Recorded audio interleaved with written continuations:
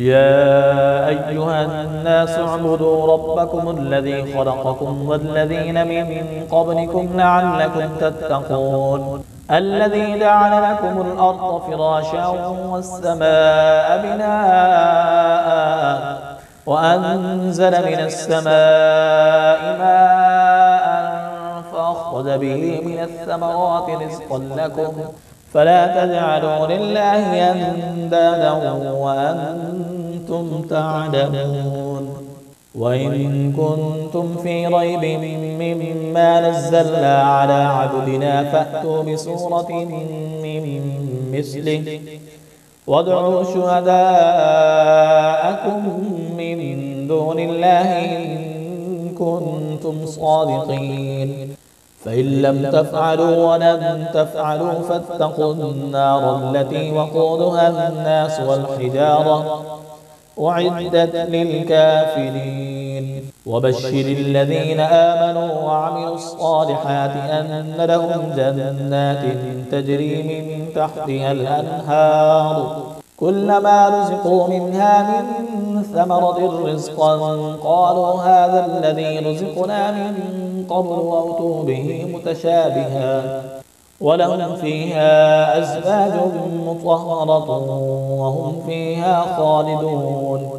إن الله لا يستحيي أن يضرب مثلا ما بعوضة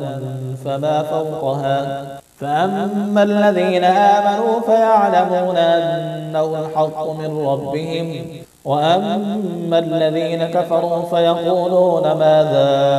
أراد الله بهذا مثلا يضل به كثيرا ويهدي به كثيرا وما يضل به إلا الفاسقين الذين ينقضون عهد الله من بعد ميثاقه ويقطعون ما أمر الله به أن يوصل ويفسدون في الأرض أولئك هم الخاسرون كيف تكفرون بالله وكنتم أمواتا فأحياكم ثم يميتكم ثم يحييكم ثم إليه ترجعون هو الذي خلق لكم ما في الأرض جميعا ثم استوى إلى السماء فسواهن 7 سماوات وهو بكل شيء عليم وإذ قال ربك للملائكة إني جاعل في الأرض خليفة قالوا أتجعل فيها من يفسد فيها ويسفك الدماء ونحن نسبح بحمدك ونقدس لك قال إني أعلم ما لا تعلمون وعلم آدم الأسماء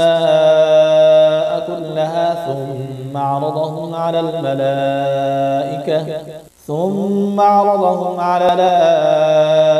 فقال أنبئوني بأسماء هؤلاء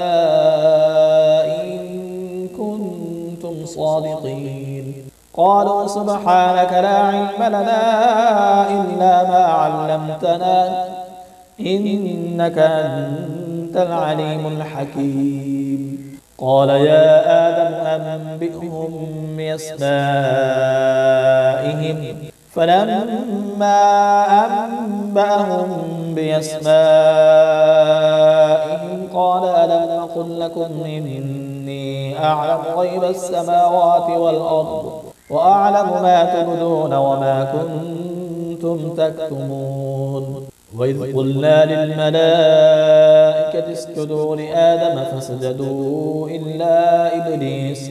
أبى واستكبر وكان من الكافرين وقلنا يا آدم اسكن أنت وزوجك الجنة وكلا منها رغدا حيث شئتما ولا تقربا هذه الشجرة فتكونا من الظالمين فأزلهما الشيطان عنها فأخرجهما مما كانا فيه وقلنا اهبطوا بعضكم لبعض عدو ولكم في الأرض مستقر ومتاع إلى حين فتلقى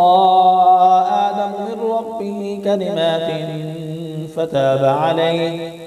إنه هو التواب الرحيم. قل اهبطوا منها جميعا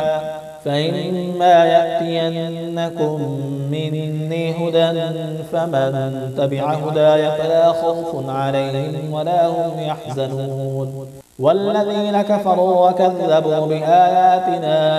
أولئك أصحاب النار